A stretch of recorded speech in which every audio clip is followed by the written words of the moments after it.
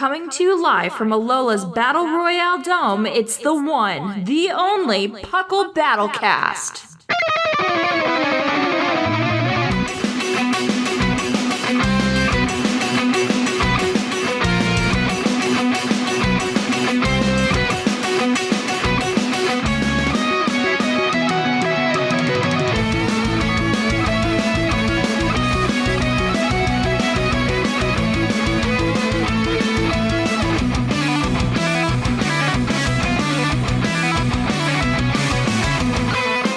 Hello and welcome to episode 50 of the Battlecast. I am your host, Seth Vilo, here for a late, but still within the margin of error show this month because my schedule this week was weird. So you get a Saturday episode instead of a Thursday one. Ha ha! But I am not here alone. We have a couple of folks with me to talk about weird things happening in tiers, as well as just a little quick draft snippet update. So, starting off, we've got the one who's been here every month for the past, 50 years. It's Shark Finnegan. Hello, hello. And joining us last minute, because we are just very good salesmen in voice chat before we start recording, it's none other than Lynian. Hello there. Hi. I like how you imply that there was a pitch, and it wasn't just me going, are you guys recording that? Yeah. Do you have a third? Yeah, no, that do you part's my pitch. Okay. That's the pitch. Just because it was short does not mean it was not effective. It wasn't yours! That's fair. Okay, I give up. Never let the truth get in the way of a good story, Lynian. Always remember that. But how have you guys been doing in the world of, battling? We all have at least something to report on, and that's because we're all part of the PUCL Draft League. So what have you been doing there? What's been going on outside of that in battling stuff? We'll start with you, Shark. What's been going on? I've been doing various other drafts. Currently, the bigger ones that I'm happy about are I'm doing an Uber store, and currently I'm having my round of 16 match. I think this Tuesday. I have PUCL and Pheromosa as my two Ubers in that league, and it's been a blast. Nice. Literally, I just ran Scarf. PUCL last week, and it just obliterated. Mm-hmm. Just water dragons, a lot of fun. And then Pheromosa just doing fun. Its typical thing that it always does: outspeed everything, kill things. Gotta go fast. Yeah. And basically, I think both of them have I think only one death on the Pheromosa last week, but otherwise, they have ridiculous amount of KO. And then the other one, I just finished up a league that I just kind of took over mid-season and kind of built a team together, and it was okay. But I managed the 0-0 game. The 0-0 game? What do you mean by that? I mean, I lost with 0-0. There was no Pokemon left on the field. A Brave Bird Crobat KO'd my last Mienshao. Wow. But died to recoil. So it's a 0-0 loss for me, but still, I actually got to see a 0-0 game. Is that a conference that cares heavily about differential? How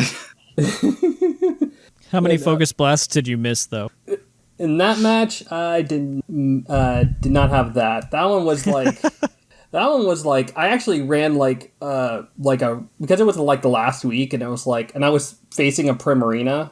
I was okay, I have a Dracovish, and I was that's not going to do much this week. So I just ran Sub, Water Absorb, Super Fang, Rock Tomb, and Vicious Rend. Huh. And it actually was doing a lot of work for the fact that it was, walled. Weird.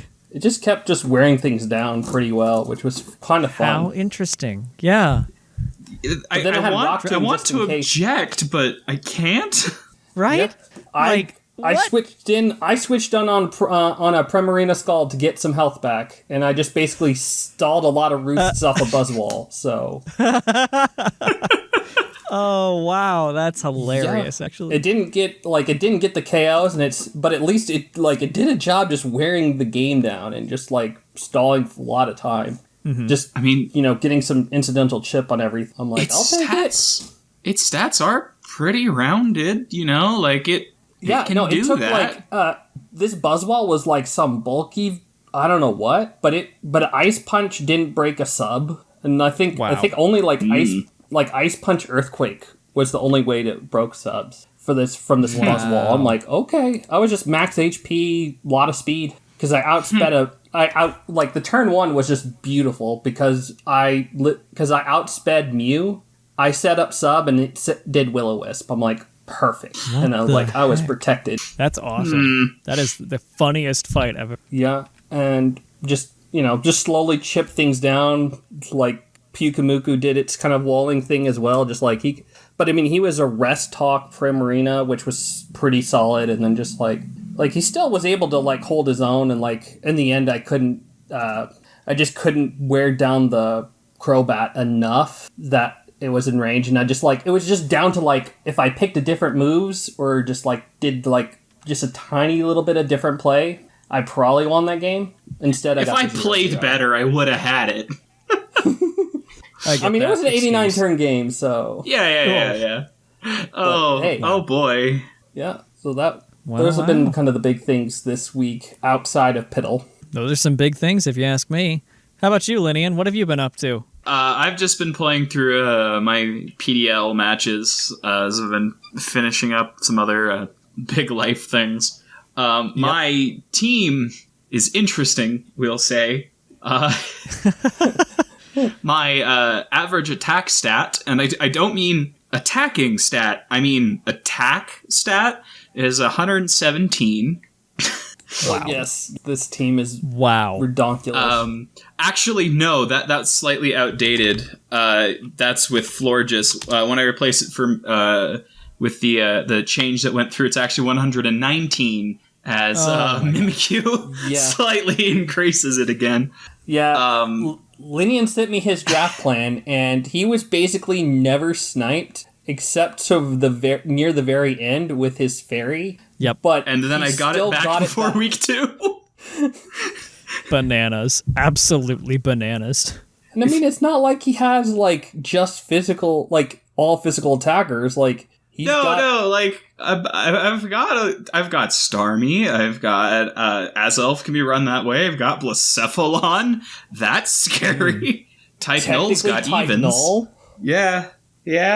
So it's not all physical attack, but it's just very funny to me. Mm-hmm. The fact that both Blacephalon, Azelf, Type Null all can be special attackers, but are physical. I don't think it's gonna do amazing, but it's gonna be really funny. Yeah, you have some. Heck yeah. You got the synergies there. Yeah, for sure. I was like, all right, what's good on webs? I'm like, all right, so I'm gonna need a ghost type. I'm gonna want to get some spin blocking. And I was like, Chandelure.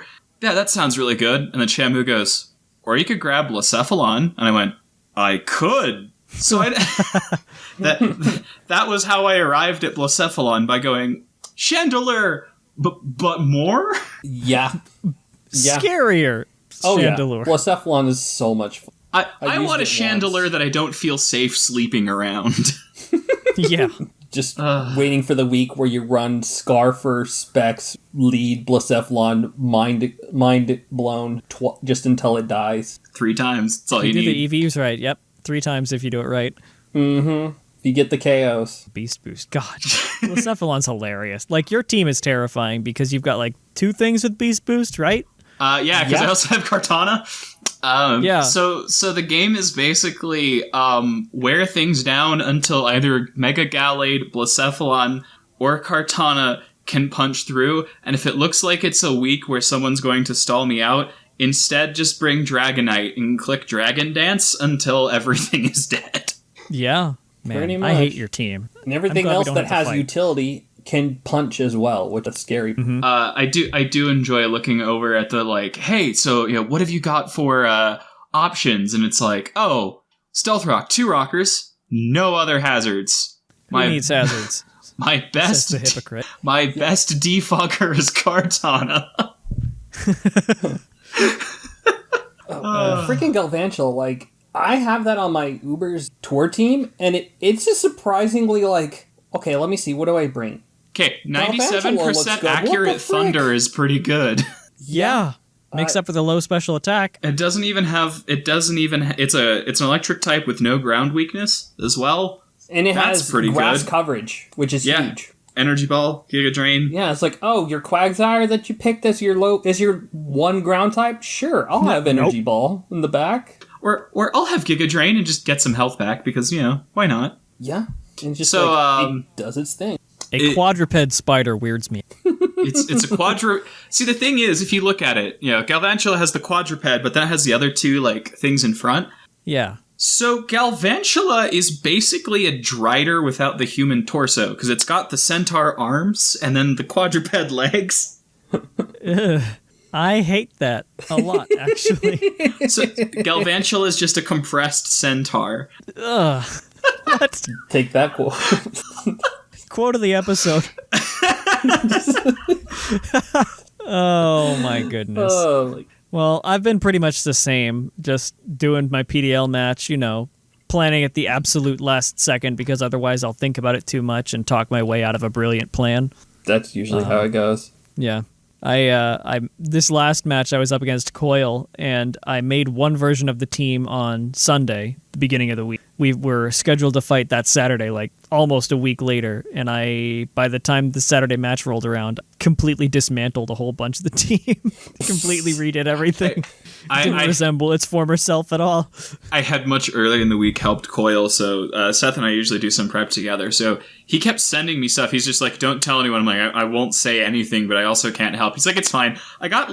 I went to bed kind of early that day, and I woke up and there were 3 pastes in my DMs. I'm like, what? You're in an earlier time zone. I don't... Just it's kept a lot theory of fun. Crafting. Yep. Sometimes you just draft. Sometimes you have to go through that. And sometimes it helps actually going through, putting something together, and then actually doing the calcs to check it.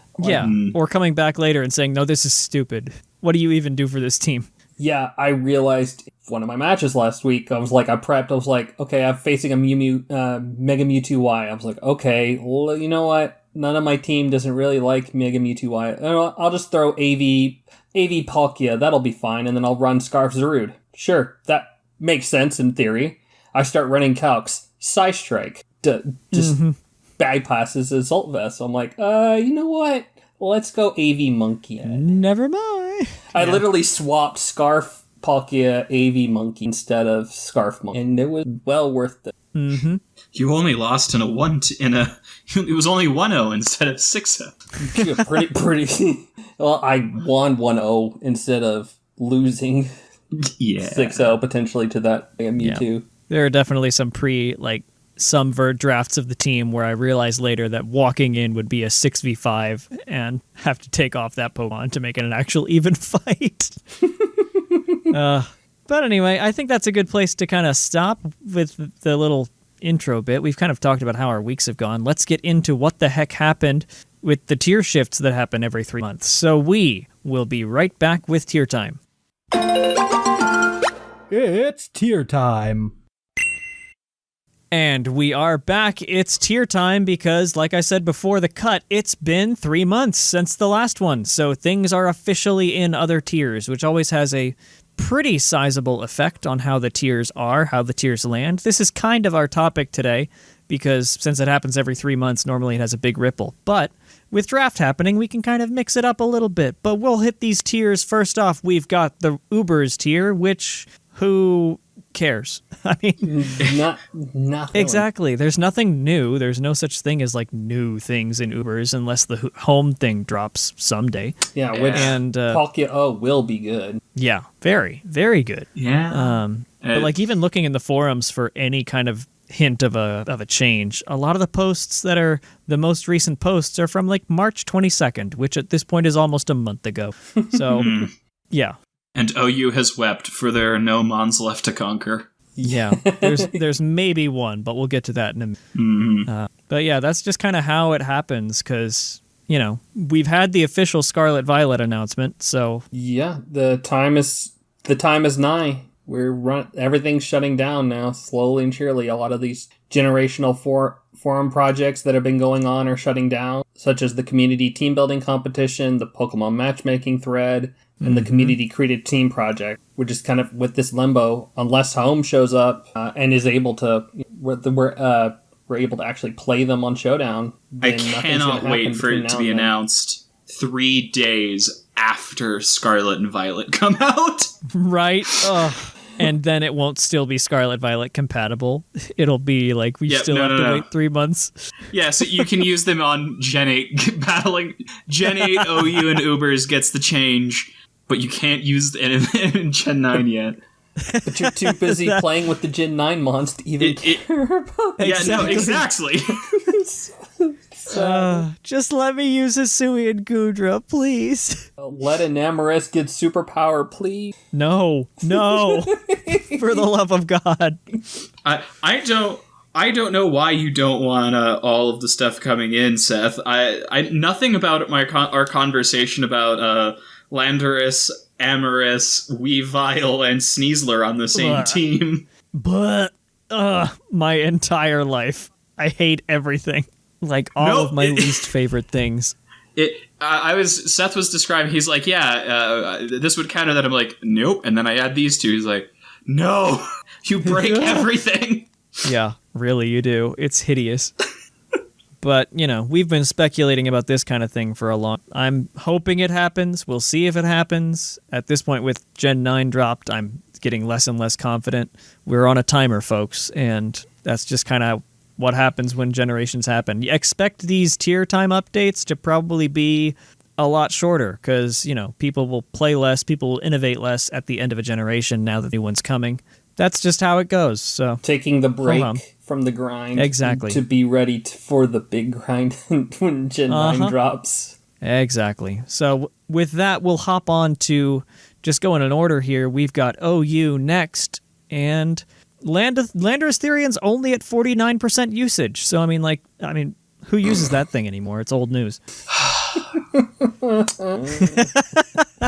It won't go away. It's like roll compression it really does. In a world with almost 1,000 Pokemon, roll compression is incredibly important, and Lando T does a little bit of everything. Even though most of it's the same set right now, like Special Defensive Stealth Rock, like that's what most of them are. The fact that it can do, even with that set, so many things to fill in gaps, it's great.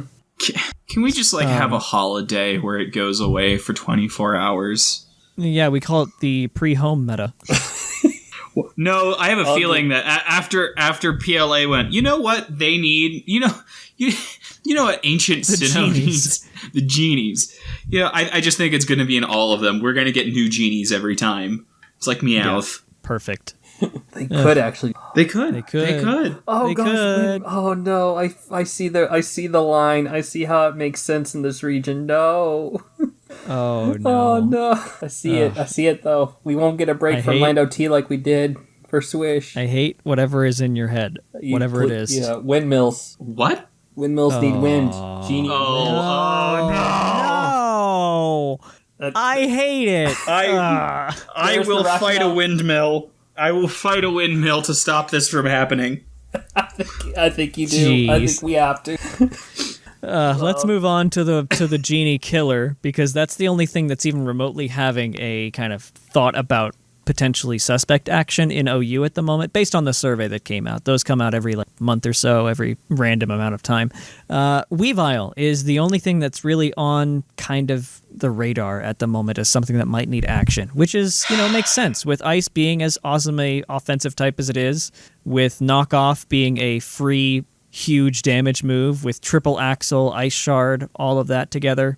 It's the best dark type in the tier by far, and it's the best ice type in the tier by even longer now that Q-Rem's out. Weavile's bananas, and it's nigh unstoppable depending on the... Look, we just need to ban all of the ice types so that they can ban Lando T for having no counters. Yep, perfect.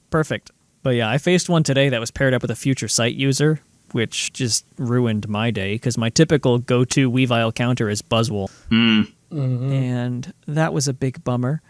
Speaking of that, though, Buzzwole is on its way back in OU, folks. It is huge. It is performing incredibly well, possibly because of the Weavile, possibly because of things like Kartana, Rillaboom. Standard physical things, Buzzwole just eats a lot. And you run 3 moves all the time. Those are Ice Punch, Close Combat, and Roost. The last move you can change up depending on what you need it to do. Earthquake, Thunder Punch, Leech Life even are all really good options. So try out some Buzzwole. It's back. Oh, yeah. And it's doing incredibly well. It is a very good defense. Mm-hmm. Very. The other really good one that actually you can see the tier chart thing. We'll have a link to it.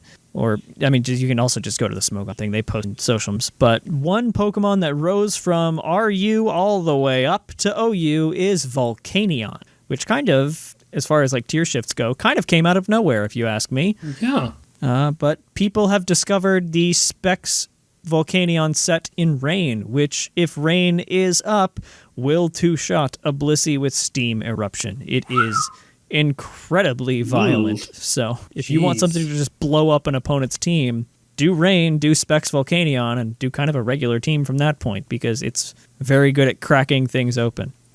Do you think it's fitting that the Steam attacker beats the egg?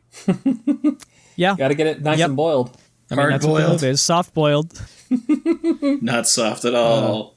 Not No, soft-boiled at all. Hard-boiled egg. Cook that egg. Mm-hmm. It's good, though. And it's hard to wall. It's surprisingly hard to wall. Water and fire together is such a weird stab combo that normal things that counter one don't counter the other. Look at Ferrothorn for... Yeah, you just kind of have to rely on your bulky water in the... Yep. But, I mean, then the Rain team has Zapdos, so... Yeah. Anyway, moving on to another thing that caught a little bit of traction, but that's just because April Fool's is a holiday. They played volleyball with one of the more famous members of the forums. They set and he spiked, whether he knew it or not, and it started the whole entire forum joke of the pro-Mandibuzz propaganda that was happening. How it needed to go to like all the way up to S rank, and it was an incredibly good Pokemon, almost ban-worthy. It was a fantastic April Fool's trick that probably will lead to a bump in usage for this month, because some people probably thought it was serious or just wanted to try out Mandibuzz again. But, I mean, don't, folks. It's bad. Don't try Mandibuzz. It's bad. I don't care what they say. It's a terrible in the Pokemon. current metagame, yes. I think it's still a pretty solid Pokemon, but yeah, I think with kind of the things that are up here right now, in OU, especially, It's a defogger, weak to rocks, dependent on items, and it wants to also absorb knockoff because of its typing, which removes the boots. Like, it's just it's okay. It was okay in pre-home, but now it's not okay. Don't use it anymore. Anyway, the last item, which I am terrifically excited to talk about. You'll hear this little guy mentioned a lot this episode. If you hate Volcanion, if you want to be awesome and use some memes in the waning of a generation, and want a bulky water that has no ability to stop Weavile, use Jellicent in OU, because it is dumb as far as like on paper. Water Absorb blocks Steam Eruption. It absorbs everything else that a Volcanion could throw at it. You can even use it to stop physical attackers because of the Strength Sap move and burning things left and right. Run it on Ferrothorn Spike Stack. If you're from back in Gen 4 type of days, you'll remember the Ferrothorn Jellicent core, which is very good still. My favorite Gen 4 Pokemon. Yeah, Ferrocent or Barungel, I think is what they called it at one point. Yeah, my favorite Gen 4 Pokemon, both introduced in black and white. Yep, I know, but I mean, like, from timeline-wise, you'll have watched that happen. Giving me sass. Oh, man. My train of thought's weird. I need more coffee. But yeah, try Jellicent out. The set that we've got has holding whatever item you want it to. It can kind of do anything with it that is, like, leftovers, heavy-duty. The Dark Resist Berry. Koba. Kasib? Koba. No. Koba's Kasib. Neither of those. No, are Koba's flying. Kasib is Ghost. It's Colbur, which is Dark. Thank you. Colbur, thank you. Yeah, one of them. None of those are right yet. But the EVs are pretty simple. You have max HP, 196 defense, and 60 speed. The 60 is to outrun, what's it called? Corviknight. Outrun Corviknight standardly, and the rest is just slapped in defense with a bold nature. The moveset is Hex, Will-O-Wisp, Taunt, and either Strength Sap or Recover, depending on how much you fear Bisharp and Galarian Zapdos. And you should fear them a lot. Yeah. Use other things on your team if you fear them too much, because Strength Sap is hilarious. But don't Strength Sap a Bisharp, folks. You'll be sad. Yeah. Have a Buzzwole. Unless you're playing Buzzwole, me in draft. good with it right now. Yeah. Buzzwole's good with it. Unless you're playing me in draft, in which case, do it. It unlocks a secret bonus round. Yeah, actually, it's like Air Balloon Rotom Fan. Yeah. Exactly. Anyway, that is OU. That's our spice rack for OU. That's the only spice rack we've got for the month. Again, waning generation. So, Lynian, take it away with UU. What's going on there? UU. Some things are moving on. So, the only thing that left was Volcanion as it rocketed up on its steam jets. It went from even lower all the way up. We got a couple of additions. One, shocking me, is Hippowdon? Yeah. Right? That's the weird. biggest thing. Yeah. Huge. Hippowdon is famously a sand setter, and less famously, a really good utility tank for physical defense. Yeah. It is just, it walls a lot. It's got Sand Setter in a tier with Excadrill. Zygarde 10% was a thing that people were like, hey, we might want to ban that. Less so now that Hippowdon's there to just tell it no. The other notable arrival was Caesar, which is just the Pokemon that I always associate with UU. Yeah. Yeah. It's one of those that just it's I think when you get the full dex, it's just you ride in UU. It just kind of, it can be OU in waves kind of a thing, but it's just a perfect UU Pokemon. Yeah. If you ask me to what is the what Pokemon defines UU for me, it's Caesar and Latias. That's pretty much. That's pretty good. Those are my now that turtle Kyurem's associates. Gone. Yeah. So Galarian Moltres had a suspect test, and I don't know what Seth was talking about with this being poorly planned or anything, because this was announced a whole 3 hours before we started recording. So yep. We were just waiting for the surprise announcement. I don't know why. I like that narrative. Yeah. Never let the truth get in the way of a good story. Here we are again. Yeah, planned it out. Vote for me. The thing about Galarian Moltres is it has extremely limited counters. And when I say extremely limited counters, I mean it has 3. Diancie, Morpeko, and Dedenne. And if you're running Dedenne, oof. Why? Yeah. Oof. I mean, yes, I love a good Dedenne in a random battle at times. The right set, it can do a job well. But if you're it's also Dedenne. It's a Dedenne. I like how it makes you discard your hand and draw 6 cards. Well, we have Hisuian Zoroark V-Star for that now. Yeah, that's true. Also announced today. Well planned. Well, good job. Listen to TCG Cast for more soon. Yeah. Yeah, totally. We call that cross promo. It is a monster with great defenses. Galarian Moltres. It preys on Aegislash because everyone wants to use the big sword boy, and then the big sword boy gets hit with one nasty little flinchy attack, Fiery Wrath, and it's dead. So not good.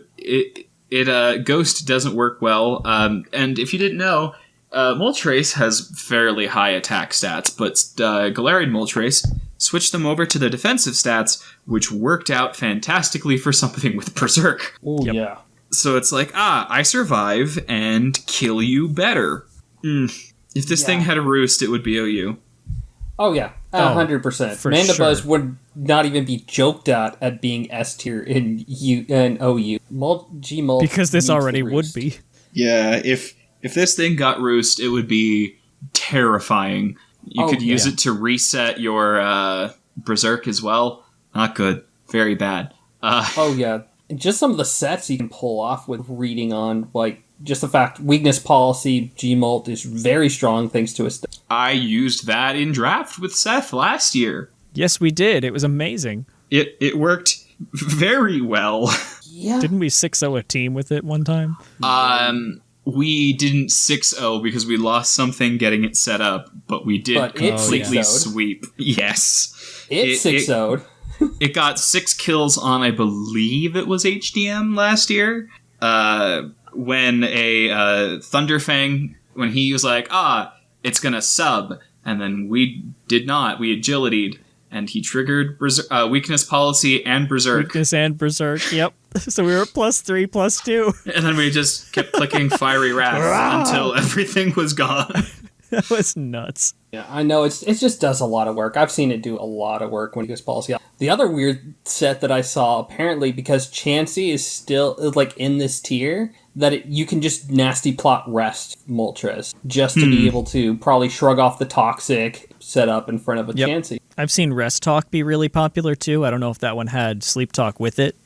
One move to attack with is a little scary sometimes, but, you know, if it's dark Dark has or very Flying limited are resistances. two pretty good types. Yeah, so not bad. Yeah, a lot of people are happy that Caesar is back, but it doesn't do much against Gmult, so the ban's probably going to go When through there. When does the test end? Do we know that off the top of our heads? No, It was I have announced it up again right today. here. It is participants have till Sunday, May 8th for voting. Cool. So let's probably by the time next episode rolls around, we'll know. Yep. Well, neat. All right, so that's UU. Let's keep going down. What's happening in RU? Shark, give us a rundown. All right, so we got a lot of departures. Nothing came in. Volcanion, obviously we talked about how it just shot up the tier list. Cobalion also left, which that was one of the kind of the better checks to one of the prominent meta, specifically Obstagoon. And it was just like a pretty solid fighting type overall. Darmanitan left the tier. Choice Band, Choice Scarf, Sheer Force, Flare Blitz, Shenanigan. And then Torkoal shoots up as well. Because I think Sun is getting fairly popular in UU is why. It kind of shoots up all the way from ZU all the way up to. Yeah. So with Cobalion gone though, Obstagoon is a monster. Dark is a great type. When it has Flame Orb, it guts boosted smack you around with Facade, knockoff. You can even Parting Shot for momentum. Switcheroo, getting cripple, being able to be a good kind of defensive check in that way as well. Whatever fighting type wants to come in on Obstagoon, burn it. Mm-hmm. Shuts those things down. It just does a very good job just being like very hard to check in the meta right now. Obstagoon is a chunk of stats. Yeah, it really does. Yeah. Only really concerned that it really has is Mach Punch, but if you can get it in the right burn on the right Pokemon, then you can probably survive and Facade back. And it's RU. The good Mach Punchers aren't here. Exactly. Yeah, exactly. Exactly. That all adds up to why they're suspect testing the thing, though, that's for sure. That will end in April 22nd, so and then within probably week and a half, we'll find out if it's going to catapult itself up into RUBL. Spoilers, probably. That's got to be like one of the worst places to end up. Like, Right? You're not even good enough for the little leagues, but you can't play with the high schoolers anymore. Uh-huh. Pretty much. Like you can't even play for like the Bs. Ugh, it's the worst place to be. I think if Gmult goes, Obstagoon has a chance to kind of fill in that niche a little bit back because it does have it has had moments in, but maybe. Yeah, I could see that. it has a chance. It's just not A as funky bulky. Aegis Slash thing. It Has to might avoid close combat. it might work okay. Yeah. We'll see if it works well. Yeah. Something to watch. It has but we'll see. There's still a little bit of time. But in terms of other threats in this metagame, Crobat being the fastest thing, pretty much the fastest thing in the tier, best pivot, it actually has good typing and defenses and roost to be able to shrug off a lot of, as I've learned. It does a lot of checking kind of the prominent threats, thanks to like inner focus, preventing like Togekiss flinching it. Its move pool it's got a strong utility pool, Superfang, Heat Wave, all the good stuff, kind of toolbox in there. Mm-hmm. And Golisopod also is a pretty strong thing, just making hyper offense almost impossible to use because it's able to kind of come in and revenge a lot of stuff. And it has really solid defense. And then we got Jellicent kind of chilling out around this tier as well. My new favorite baby boy. I talk about him so much. But it still has Obstagoon to deal with. But when Obstagoon gone, probably there might not be the dark type that's that scary. It might have a good place here. And then Iron Defense Body Press Metagross is making a lot of waves right now. Kind of relying upon things like Jellicent, other kind of niche things to be able to try to stop that. Why not as well try, the Demon Zong as well with Iron Defense, Body Press, and having a better utility move pool to kind of deal with. I hate it. I love it. That's why I have Skarmory. I'm really liking that set, though. Like, that's becoming more and more of a possibility and popular because of the existence of Body Press. Iron Defense Body Press, or like whatever the other is, Acid Armor Body Press. Yeah. It's such a fun It little really combo. does well in the right matchups. It's really hard to Yeah. because most And like your defensive wall becomes an endgame sweeper. What the heck? Mm-hmm. I've even seen some Ferrothorn running. Like, Oh, yeah. don't encourage it. yes, I will do this. This is my new favorite combo. I personally like using it on Corviknight myself. There you go. Yeah, good That's old mine stall because you get Corviknight. roost. You get reliable recovery with it. But then one last Pokemon to give a nod to in this tier is just kind of a good, just a good solid do all you needed to do Goodra. Expert dealt 4 attacks with all the coverage it gets, kind of rips a lot of them. That could break. You got Dragon, you've got Poison, you think it gets Flamethrower, Power Whip, Oh, yeah. Earthquake. Hydro Pump even. Mm-hmm. Little of everything. Yeah, It's got a really good move pool. It's got Please carry over to Hisuian. Please. It's got the blessing of being a pure dragon with nothing to really dilute its identity, which means it just gets all of the elemental stuff. Yeah, it's it gets all those elemental acts. And when you get Ice Beam Hisuian too, here, even. it just gets an extra resistance. Assuming it keeps the coverage. Yeah. Well, to be fair, it already has a lot of the coverage just based on PLA. It probably won't That's have true, Power yeah, Whip for which is Yeah. a notable loss. No, that's true. That's true. It doesn't. It can't whip its tail. It's in the snail shell. Heavy Slam. Yeah, you get that instead for the fairies. We'll see. Oh, please, Home. Drop it before Gen 9. I just want to use him. He's so fun. In theory. You might not be able to use it until Gen 9, my friend. I know. But hey, we've seen Hisuian Zoroark in the Scarlet that's Violet what I thing, mean. so we know. Using it when you can transfer stuff into Gen 9. Yeah, I'm just hoping that somehow Hisuians make it over reliably well. That'd be so cool, but here we are. I just want a poison type that I like, and Sneasler is right there. Oh, yeah. Yeah. I can't wait for Hisuian Quillfish Right? being good, too. I like how it's like, I can be a defensive wall, or weirdly, a rain sweeper. Yeah. It's like, okay, you have my attention. Didn't we talk about that on a show ago or something? No, we talked about this on during one of the PTU sessions. Oh, the PTU sessions. Okay, yeah. But anyway, I mean, that's kind of RU. So let's have you take NU, Lynian, because you get to say one of your favorite Pokemon's names. Yes, I do have a very quick Spice Rack thing for the RU. Go. Just bring Malamar and run Topsy Turvy if they're anything running the Iron Defense set. To be fair, no. you can run Dark... Does it get Darkest Lariat? Malamar? Yeah. I mean, I don't know. Darkest Lariat is the actual It's one answer way of to how do you it. get but Topsy Turvy is you're at +6. Nope, you're dead. No, you're a -6. You have 5 defense. Good job. Have fun. By what I can see, it does not get Darkest Lariat. Yeah, no, then you gotta Topsy-Turvy. Topsy-turvy. You use Topsy Turvy's superpower with Contrary, and you're fine. Exactly. There's only one other user of Topsy Turvy, and it is much worse. Oh, yeah, they did that Spinda? thing so dirty. I feel bad for Grab locked. Oh. Grapplock. Yeah. It is Grapplock, not Spinda at all. What am I thinking? You're thinking of several ROM hacks that have given it to it. Yeah. Yep. Yep. Grapple locked. Oh boy. So, Poor thing. and NU, Torkoal left. Good riddance, Sun Turtle. And we have replaced him with Grimmsnarl, who is very fun, and Stack-a-tack-a-tack-a-tack-a-tack-a-tack-a-tack-a. One of my favorite Pokemon, an absolute goof. So Grimmsnarl is interesting because you can go offensive with Choice Band Or you can do prankstery, T-wave screens, that kind of shenanigans. Would-be checks like Sylveon Diancie don't like taking hits like Choice Band, Play Rough, or Spirit Break. It also gets weird coverage like Power Whip. Yeah. And Superpower. Talonflame and Mudsdale do a good job of checking it when combined, and they're on a lot of teams. They're kind of very high up there.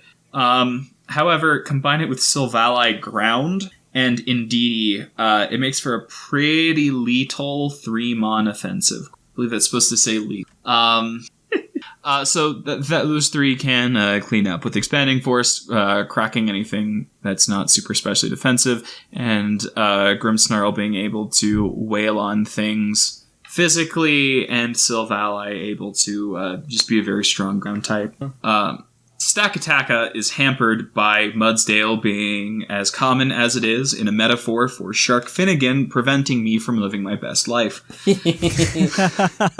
Love me. So Ew.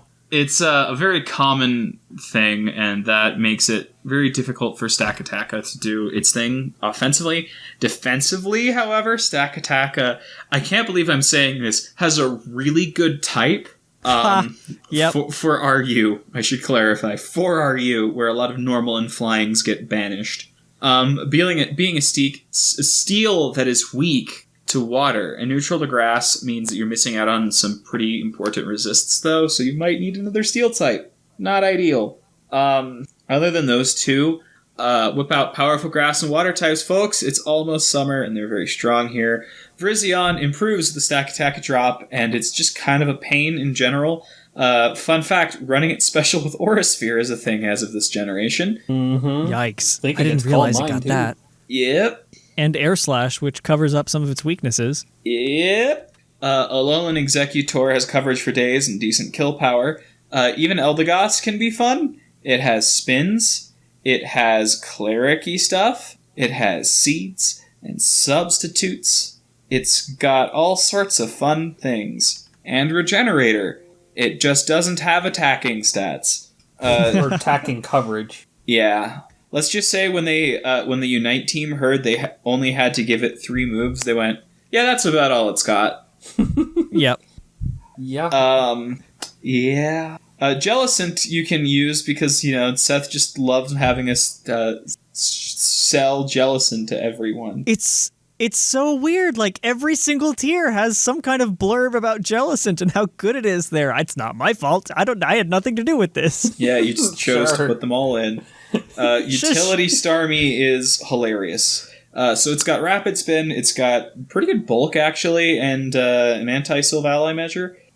You've got Bolt Beam, you've got Hydro Pump, you've got Psychic Psyshock, and that's just offensive. You've got a lot of things there.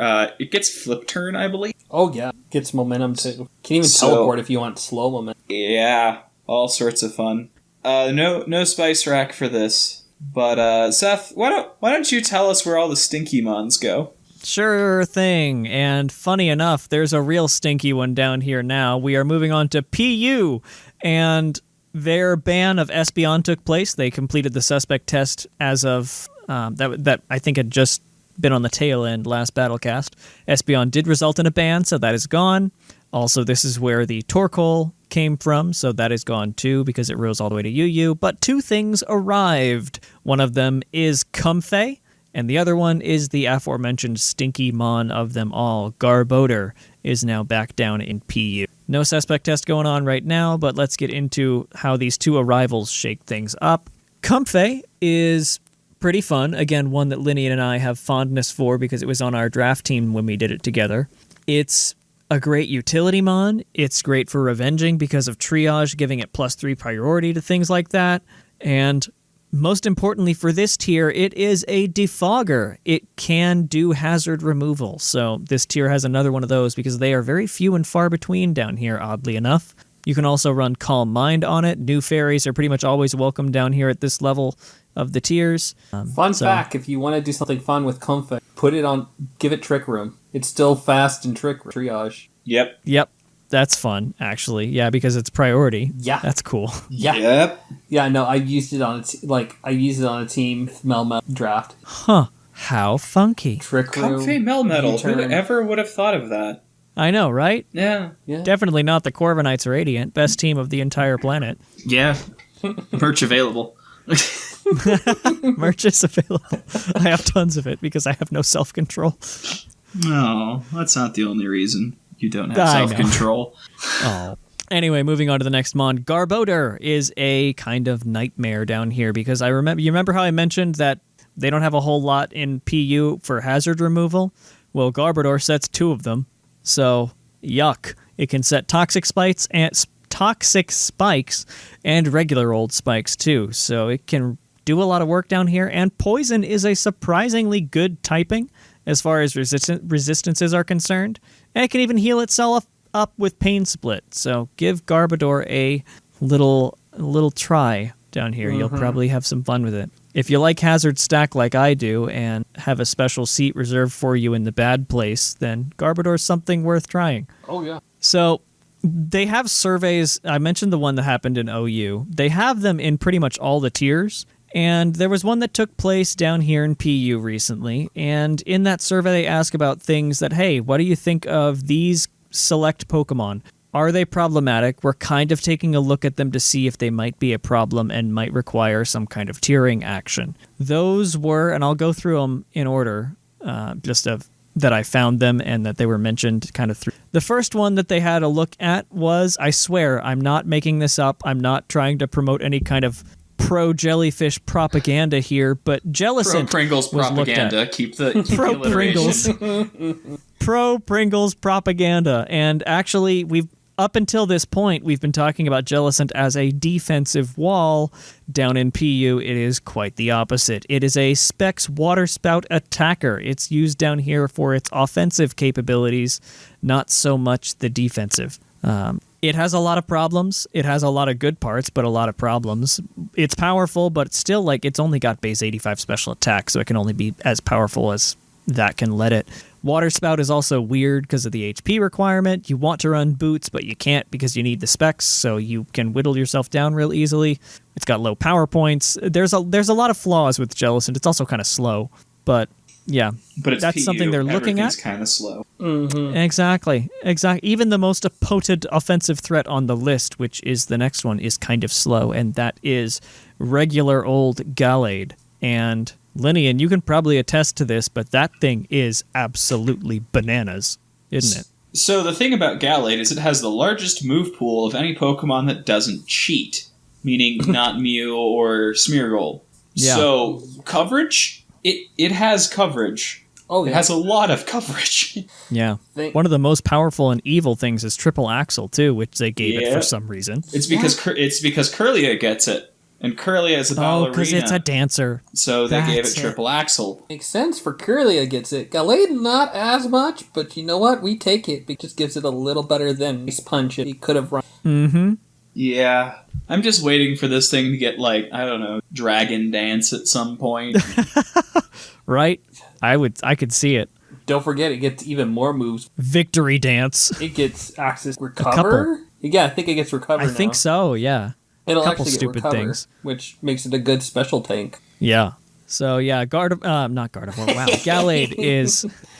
Gallade is a little bit bananas down here. That's the one that has the most momentum behind it as far as tiering action because it is nigh uncounterable. The only thing really that holds it back as far as counter checks is Spiritomb, and if you're lucky enough to be running it, you might get worn down anyway because it gets things like knockoff and can just beat the crap out of you if it wants to with moves that aren't close combaters and headbutt. Mm-hmm. So hard to stop and very good. The next thing that was getting a couple glances at as far as tiering action was our good buddy, the most expensive card man, Charizard, is being looked at. But is it worth a ban?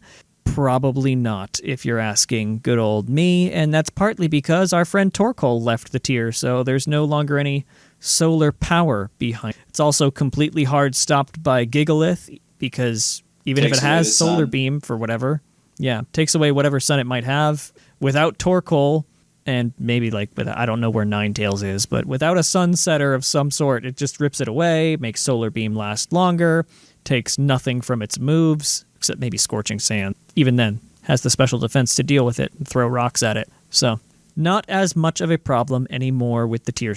Another thing, and these next two are similar in that they are both very powerful and need to be respected on the team builder, but aren't probably worth tiering action. Those are Galerion Articuno and Scrafty.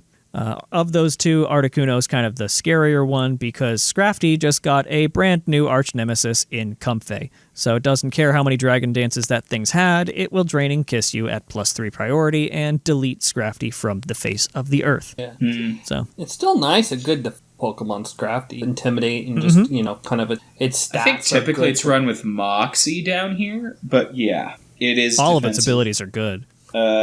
Shed Skin is fine. Shedskin's fun. It's funny with right rest. Set, but probably not because you've got Comfey now. You can't really sit up. Yeah. So Scrafty has had better days now because that thing. The other 3 Mons, but we'll group them as 2 groups. Mesprit and Uxie are kind of the same Pokemon, and they're having action looked into because they are a little overbearing. They set up Sub, they set up Calm Mind, they destroy your entire face. So not a whole lot of counterplay either, or at least not very interactive counterplay. If they get the right thing up, they just go to town. If they don't, they don't. So, is it worth banning? Maybe not quite yet, but definitely something to keep eyes on. The other thing is bringing something down that was banned before. That is Kingler. They're looking at it again to do another little suspect test to see if PU in its current state can handle it again. So we'll find out if that occurs. I don't know if they've made any promises or anything like that. I didn't take the survey because I don't know PU from experience enough, but they may have a date in mind where they give that another suspect test before they ban anything else. So it'll be either Gallade or Kingler, I think, on the radar. Can we just talk about how sad it is that Kingler was determined to be more powerful than Galerion Articuno? Right. Yeah. Right. Oh, there's a lot of weirdness down in these lower tiers. Yeah. Was it against Sheer Force or am I crazy? It does. Yeah, okay, that's what because I remember Life Orb, Sheer Force, Crab Hammer is kind of crazy. Sword stance, agility. Yeah. Yep. Exactly. But that is tier time and kind of the bulk of our topic. So what we're going to do is we're going to take a small break, come back with just kind of a little small 2-week in. What do we think of what's going on with the PUCL Draft? So with that, we will be right back. And now for our main topic. And welcome back to the quote-unquote topic, because the topic was actually just the tier shifts that we just talked about. But we couldn't help ourselves. We 3 are in the PUCL Draft League, as we've mentioned several times in this episode, and we just kind of wanted to see where we're at, how we're feeling 2 weeks in, because we're coming up on when everyone's finishing up their second match for the entire league. I feel like some of the other leagues are actually done. Like, I'm in Palkia. A lot of those are still outstanding. Lynian, you're in there with me, too. Yeah. I know we just literally had 2 matches go out. It looks like, I think Giratina is still... Well, actually, that one... Yeah, I feel like they were really quick. I have mine, and then I guess those 2 are going to be tomorrow. Mm-hmm.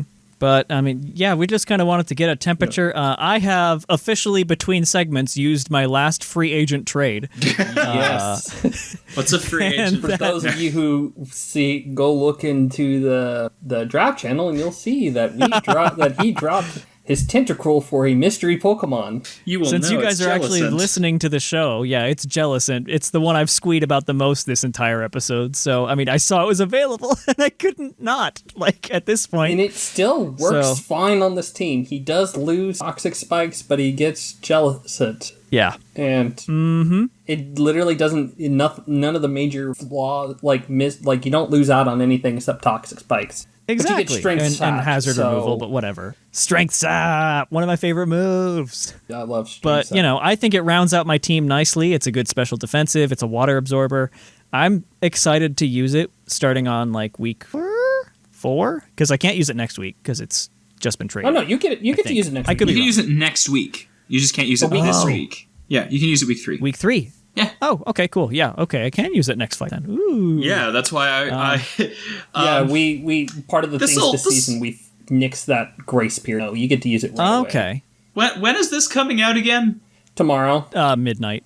midnight tonight. Okay, well, that doesn't matter. Then it matters. I can't say a thing because I still have my match to play. Yeah, you can't say too much about that. I can say anything about my match because I'm playing my match after this episode. Nice. Unless it gets delayed for some don't listen. But Fact doesn't I just need wanted to our kind of have advice. us. We need to get him on. Exactly. That's true. But yeah, I just kind of wanted to get y'all's thoughts. Any particular highlights from a replay or something that's out and available?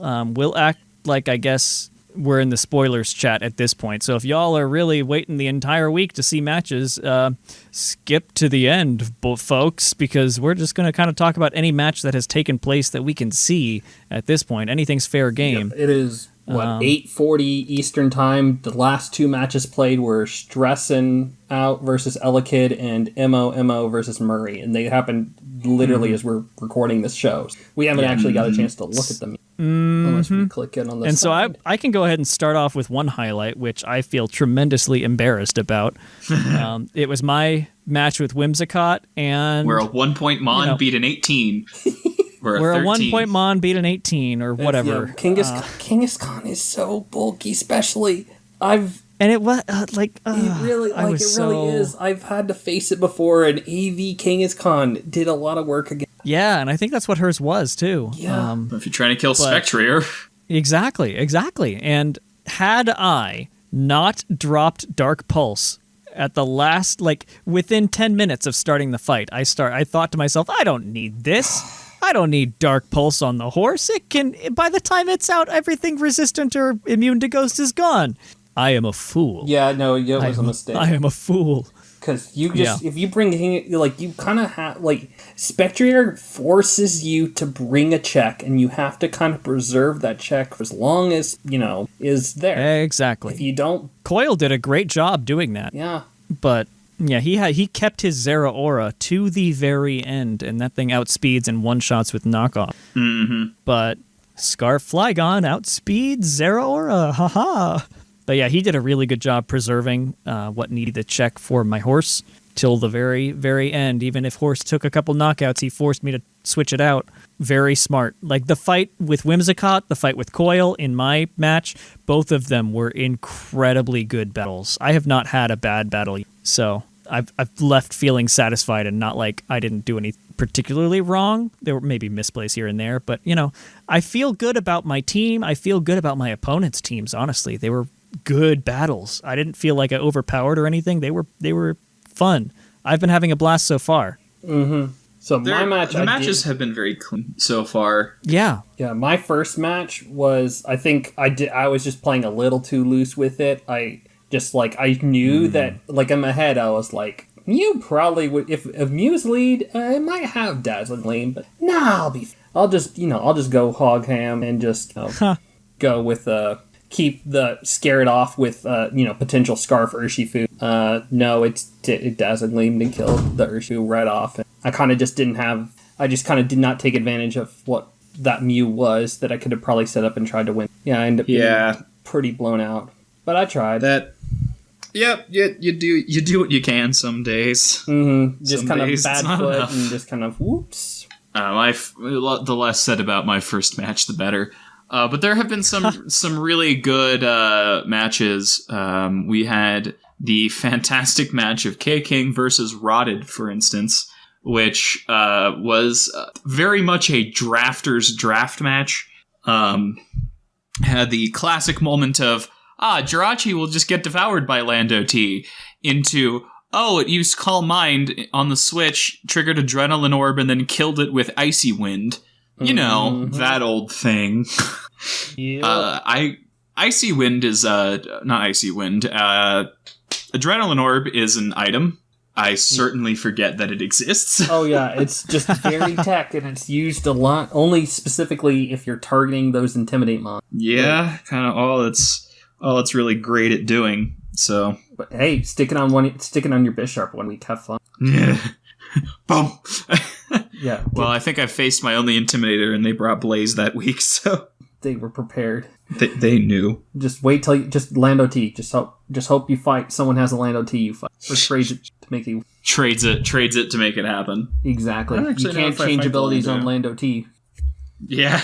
In a practice match, I got to find out what happens if you use Parting Shot on a Gallade. Not a Gallade, on a Bisharp. Oh, yeah, you get double boost. The answer is a +3 attack. Yup. Oh my gosh, yeah, that's right. I remember you telling me about that. Gosh. Yup. I'd hate to be on the other end of that. As would I.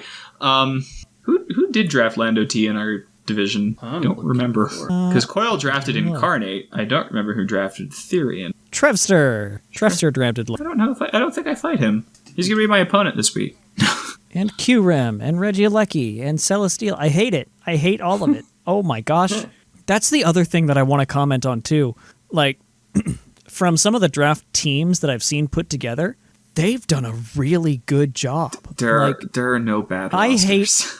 I hate all of these rosters. Yeah. All of them. Yeah, the big thing with the shift that we've done this season to points lets you really kind of be able to and plus a flexible roster size. Instead of having 10 mons, you can have 9 to 11. It really lets you kind of fill in the gaps, and you might be able to just... You don't tend to have too many holes with these roster even if you're sizes. a maniac like me and only do 9. That's a valid strategy if all of them are worth bringing. Yeah, take a look at all the Giratina teams. A lot of them are running 9 mons. Yeah.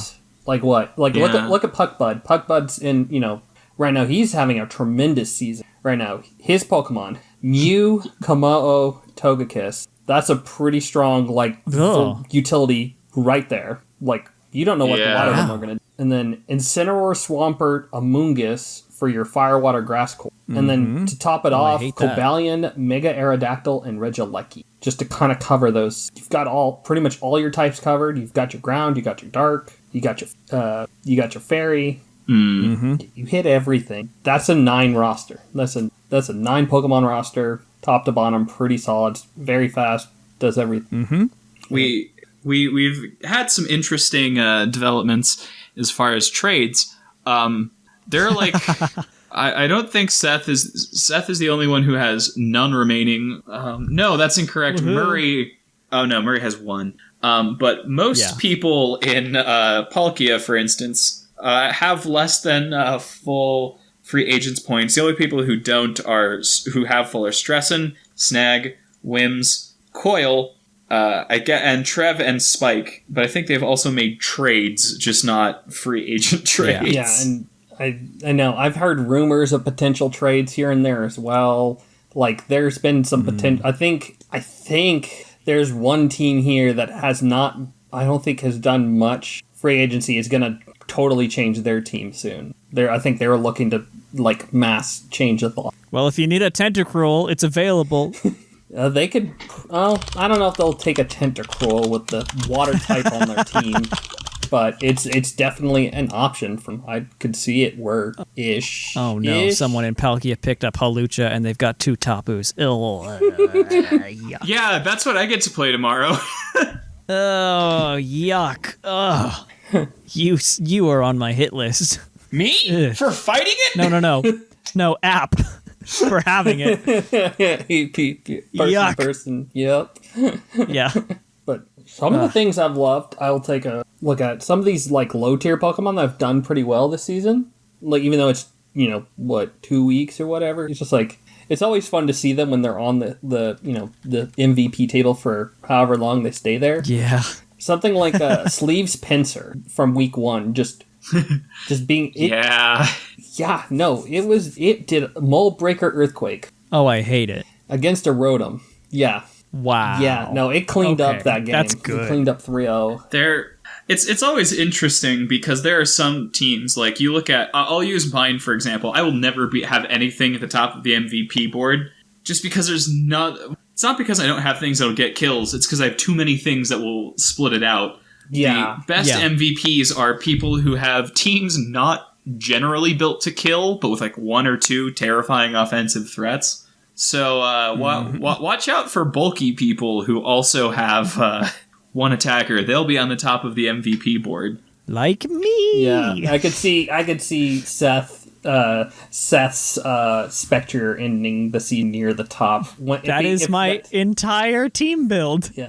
Get Spectrier to end game and Shadow Ball everything. That is the entire team. To be fair, I think Regieleki is also a very similar Pokemon that has actually done that work in multiple games across multiple divisions. Because a Pokemon you can't even Scarf to beat.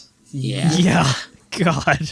And the fun thing about Regieleki, physical, kind of... Or just use a ground type, and then it can't do anything. Explosion. Yeah, well, not all ground types. Assurance is a move. It stops Golurks and Palossand. Oh, That's fair. 2 whole ground types. 2 whole ground types that some people have Claydol. used. Basically all of them, you know. What is its theoretical max speed? Oh, God. It's 548. Yep. 548. You're talking about Swift Swim levels of speed. Like maybe like Excadrill Sandrush without or in Adamant not having to be I don't Jolly. think it would. Let me just see. Excadrill. Because Regieleki. Oh yeah, 602. Yeah, Regieleki is 20 points faster than the next fastest thing, which is Deoxys speed. Yeah.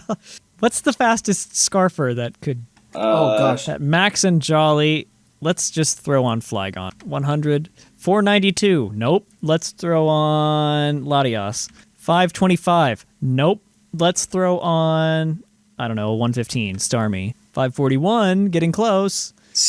I can't Scarf faster than Regieleki. A base 117 Pokemon. So what would that with even be? Max speed. So you're talking Cinderace at 119. Salazzle has 117. Salazzle and Cinderace. Salazzle, Hawlucha, and Cinderace. Yep. Yeah. That's how fast you have to be Scarfed to beat it. Yeah. And Excadrill, Adamant, just outspeed. You have to be max speed Adamant to outspeed Aleki. Max speed. Wow. In sand. In sand. Choice Scarf Doug Trio can do it. Ooh, Scarf Dougie. Ooh. Though to be fair, Spectre. you're probably just hoping Sucker Punch Dougie. Yeah. But I mean, you can make sure it can't leave. Ooh. There are... Choice Scarf Spectrier can do it. Spoiler alert, folks. Just looking over the teams on the different leagues, I'm interested in some of the decisions that happened in Giratina versus the other two. Yeah.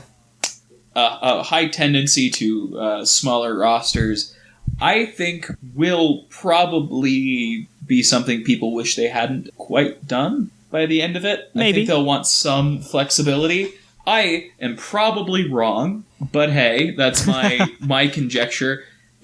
I think that having a small team that's strong but predictable works well when very few people are doing it. When everyone does it, I think it leads to a lot of solved matches. That's kind of true. That's fair. That's my I would agree with that. My thought. I think it depends on the Pokemon too. If you're able to stretch them a little bit more utility out of them, or at least the pieces that you have, like if you have like a good strong core, it's a predictable 3. You're going to bring these 3 every week. But if you're back 3, you can shift between those 6 kind of as the types use and just different things. It's okay, but yeah, I mean, you got to get some utility off of. I mean, like what Puckbud has used, Hazard stacking Mew 2 weeks in a row. Is he going to try to pull off a sweeper set, or is he going to consistent this Hazard stack?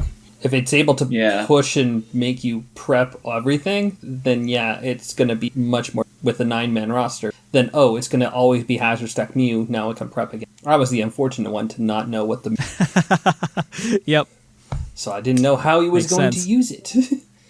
He can use it differently every time. That's why you draft Mew more than anything. Mm-hmm. Yeah, to just pick a set and pray kind of prep. Mm-hmm. Yeah. That's what's cool about some draft teams, too, is that there's a level of unpredictability to the Mons themselves. Yep.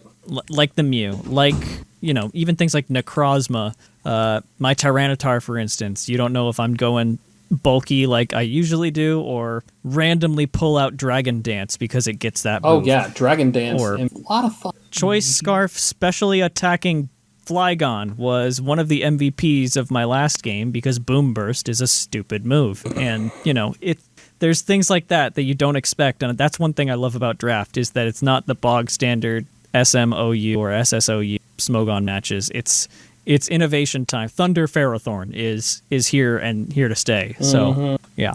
But yeah, I think that's a pretty good little kind of recap of some of the highlights of the first 2 weeks. I'm anxious to see what happens with some of these trades, after some fights, after some work get under our belts. I'm done for the season, so, my team is what it is now, folks, unless you trade me. But I'm not going to trade you, probably. That's where I'm at. I mean, you'll listen, doesn't mean you'll actually do it. I'll hear you out, but I won't take you up on the offer. It's like... But, yeah. Maybe... I don't know. I'll have to see how this one goes. Because, most of these mons I haven't used yet. Yeah, it's that Bulu. The Bulu is the one I'm curious. It's the only odd thing that, sticks out on your team. But, I mean, it does have a good role, It synergizes incredibly well with the Tyranitar.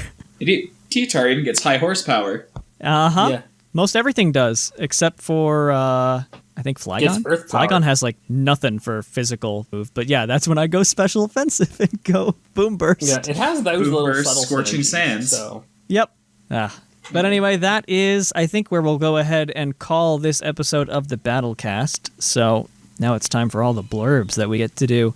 See if I remember them this time, Shark. We've got this show that you're listening to on PUCL Plus. We also have TCG Cast and the Game Corner and Rewinds on this show, too, so enjoy those. We've also got the main PUCL feed. If you are not already subscribed there, find the main PUCL feed. Shows of that come out every Monday with different hosts on different picks. Follow us on social media. We have Facebook, Instagram, and Twitter. I think the most active of those two are Twitter and Instagram. And here's where I'm for things, just in general. I know I always leave them in. We have a YouTube channel that we post up our podcast episodes on. Thatch has run some series going on there. You can watch us streaming, and if this comes out at midnight, then I think tomorrow there's a thing with Claude and Thatch, or today for you. Yeah. So you should catch us at twitch.tv/thepUCL podcast, because we messed ourselves up out of that one. Yep, those two are there. And most importantly, I would say, if you are not already there, please join us on our Discord server. There's a link in the description below. That's where the magic happens, folks. That's where all the tournaments are organized. We can squee about all sorts of matches and trades happening, chat with people all the time. I think after I get this edited and out, I'm going to be playing either No Man's Sky or Skyrim on there, and y'all can watch me absolutely destroy myself in space or in Tamriel. So, Pokemon needs, non-Pokemon needs, that's the place to hang out and make some friends. Other than that, we've also got a Patreon. If you would like to support us more directly, that goes towards making the show the beautiful product that you know it as, so you can all hear us really well. This sounds like a really old mention, but if you also want to support the show, the code PUCL still works on Vite Ramen. I used it the other day, actually. Hey. Because I made a huge order and lopped about $20 off my Vite Ramen order. So. Hey. And when you remember what the code is, works. That's terrifying. Yeah. Don't worry about me. I'm just fine. I'm getting a lot of ramen. I'm going to have a lot of ramen here, folks. But yeah, if you want to support us that way, that works as well. What am I missing? I feel like I'm missing one thing, Shark. You always catch me on it. We got them. We got the big ones, which are YouTube and Twitch. Yep. I think it's those that I forget. So yeah, catch us on YouTube, catch us on Twitch. Again, Discord is the biggest one. That's where the community lives. And until next time, as we continue every hour of every day to pray for the home drop, I have been Seth Vilo. I've been Shark Finnegan. And I've been here. And we'll catch you guys next month.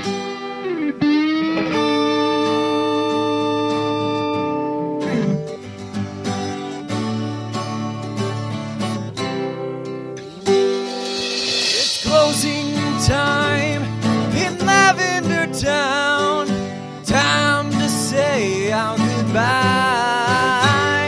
It's closing time. Farewell, my friends.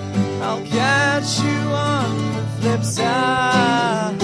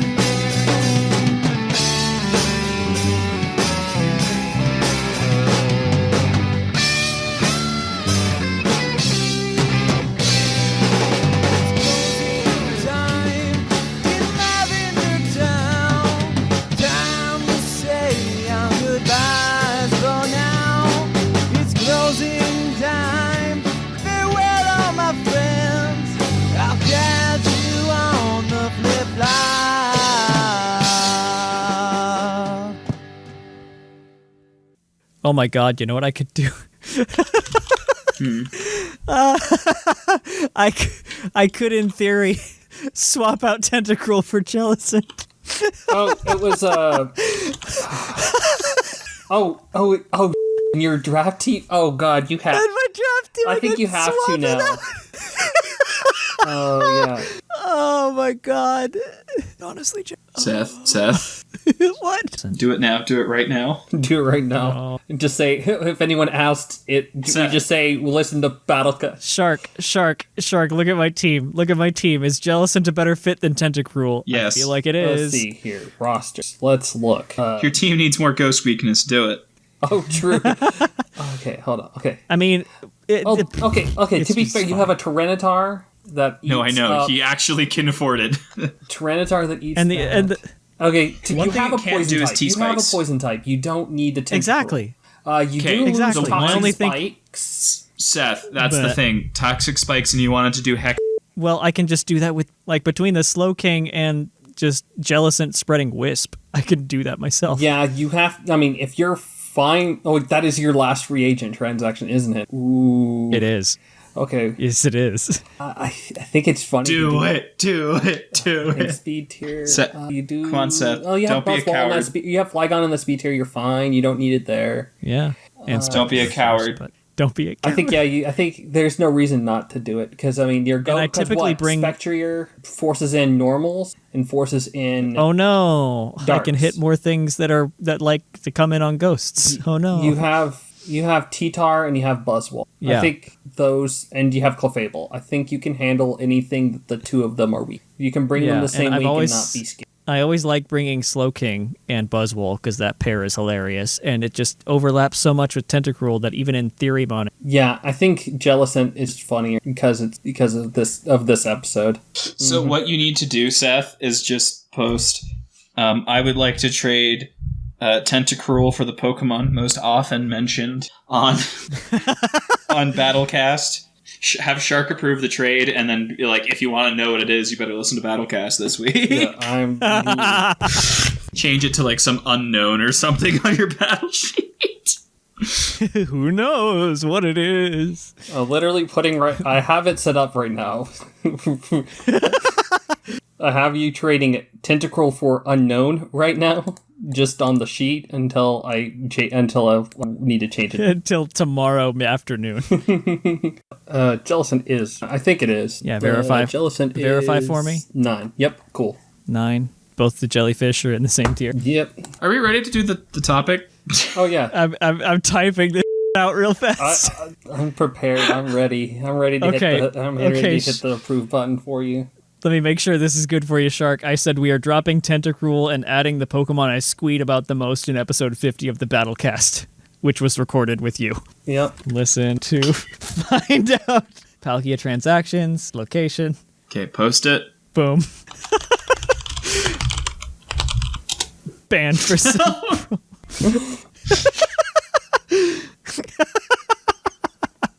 Oh, we're ugly trolls. I love it.